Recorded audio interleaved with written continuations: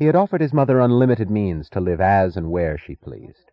He wondered why she had insisted that she wanted to live with him. His success, he had thought, meant something to her, and if it did, then it was a bond between them, the only kind of bond he recognized. If she wanted a place in the home of her successful son, he would not deny it to her. "It's no use hoping to make a saint out of Henry, Mother," said Philip. "He wasn't meant to be one." "Oh, but Philip, you're wrong," said Lillian. "You're so wrong. Henry has all the makings of a saint. That's the trouble."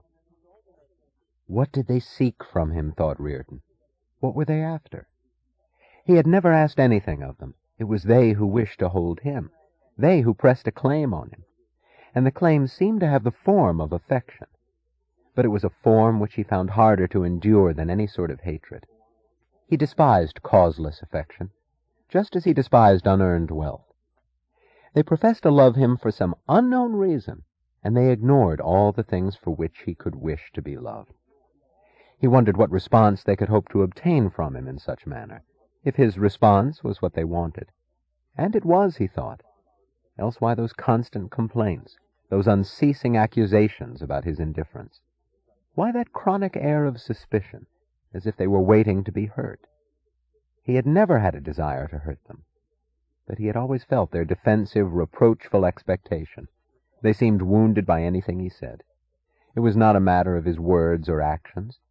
It was almost as if they were wounded by the mere fact of his being. "Don't start imagining the insane," he told himself severely, struggling to face the riddle with the strictest of his ruthless sense of justice. He could not condemn them without understanding, and he could not understand. Did he like them? No, he thought. He had wanted to like them, which was not the same. He had wanted it in the name of some unstated potentiality which he had once expected to see in any human being. He felt nothing for them now, nothing but the merciless zero of indifference, not even the regret of a loss. Did he need any person as part of his life? Did he miss the feeling he had wanted to feel? No, he thought. Had he ever missed it? Yes, he thought, in his youth. Not any longer. His sense of exhaustion was growing. He realized that it was boredom. He owed them the courtesy of hiding it, he thought, and sat motionless, fighting a desire for sleep that was turning into physical pain. His eyes were closing when he felt two soft, moist fingers touching his hand. Paul Larkin had pulled a chair to his side and was leaning over for a private conversation. "I don't care what the industry says about it, Hank. You've got a great product in Reardon Metal, a great product. It will make a fortune, like everything you touch." "Yes," said Reardon. "It will. I just hope you don't run into trouble." "What trouble?" "Oh, I don't know. The way things are nowadays. There's people who—" "But how can we tell? Anything can happen." "What trouble?" Larkin sat hunched, looking up with his gentle, pleading eyes. His short, plumpish figure always seemed unprotected and incomplete, as if he needed a shell to shrink into at the slightest touch. His wistful eyes, his lost, helpless, appealing smile, served as substitute for the shell. The smile was disarming, like that of a boy who throws himself at the mercy of an incomprehensible universe. He was 53 years old.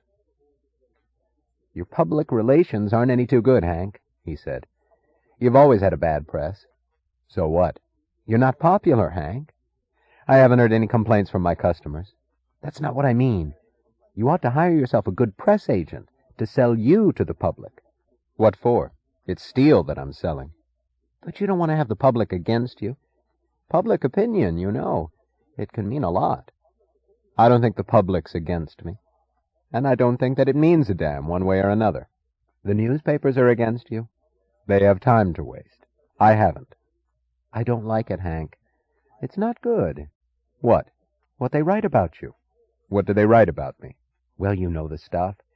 That you're intractable, that you're ruthless, that you won't allow anyone any voice in the running of your mills, that your only goal is to make steel and to make money." "But that is my only goal." "But you shouldn't say it." "Why not?" "What is it I'm supposed to say?"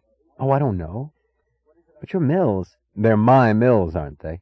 Yes, but you shouldn't remind people of that too loudly. You know how it is nowadays. They think that your attitude is antisocial. I don't give a damn what they think. Paul Larkin sighed. What's the matter, Paul? What are you driving at? Nothing. Nothing in particular. Only one never knows what can happen in times like these. One has to be so careful. Reardon chuckled. You're not trying to worry about me, are you? It's just that I'm your friend, Hank. I'm your friend. You know how much I admire you. Paul Larkin had always been unlucky. Nothing he touched ever came off quite well. Nothing ever quite failed or succeeded. He was a businessman, but he could not manage to remain for long in any one line of business. At the moment he was struggling with a modest plant that manufactured mining equipment. He had clung to Reardon for years in awed admiration. He came for advice. He asked for loans at times, but not often. The loans were modest and were always repaid, though not always on time. His motive in the relationship seemed to resemble the need of an anemic person who receives a kind of living transfusion from the mere sight of a savagely overabundant vitality. Watching Larkin's efforts, Reardon felt what he did when he watched an ant struggling under the load of a matchstick. It's so hard for him, thought Reardon, and so easy for me. So he gave advice, attention, and a tactful, patient interest whenever he could. I'm your friend, Hank. Reardon looked at him inquiringly. Larkin glanced away as if debating something in his mind. After a while he asked cautiously, How is your man in Washington? Okay, I guess. You ought to be sure of it. It's important. He looked up at Reardon and repeated with a kind of stressed insistence, as if discharging a painful moral duty, Hank, it's very important. I suppose so. In fact, that's what I came here to tell you. For any special reason? Larkin considered it, and decided that the duty was discharged. No, he said. Reardon disliked the subject. He knew that it was necessary to have a man to protect him from the legislature. All industrialists had to employ such men. But he had never given much attention to this aspect of his business. He could not quite convince himself that it was necessary. An inexplicable kind of distaste, part fastidiousness, part boredom, stopped him whenever he tried to consider it. Trouble is, Paul, he said, thinking aloud, that the men one has to pick for that job are such a crummy lot. Larkin looked away. That's life, he said. Damned if I can see why. Can you tell me that? What's wrong with the world? Larkin shrugged sadly. Why ask useless questions? How deep is the ocean? How high is the sky? Who is John Galt? Reardon sat up straight. No, he said sharply. No, there's no reason to feel that way. He got up. His exhaustion had gone while he talked about his business. He felt a sudden spurt of rebellion, a need to recapture and defiantly to reassert his own view of existence, that sense of it which he had held while walking home tonight, and which now seemed threatened in some nameless manner. He paced the room, his energy returning. He looked at his family. They were bewildered, unhappy children, he thought, all of them, even his mother, and he was foolish to resent their ineptitude. It came from their helplessness, not from malice. It was he who had to make himself learn to understand them, since he had so much to give, since they could never share his sense of joyous, boundless power. He glanced at them from across the room. His mother and Philip were engaged in some eager discussion, but he noted that they were not really eager. They were nervous. Philip sat in a low chair, his stomach forward, his weight on his shoulder blades, as if the miserable discomfort of his position were intended to punish the onlookers. "What's the matter, Phil?" Reardon asked, approaching him. "You look done in." "I've had a hard day," said Philip sullenly. "You're not the only one who works hard," said his mother. "Others have problems, too, even if they're not billion-dollar trans-supercontinental problems like yours."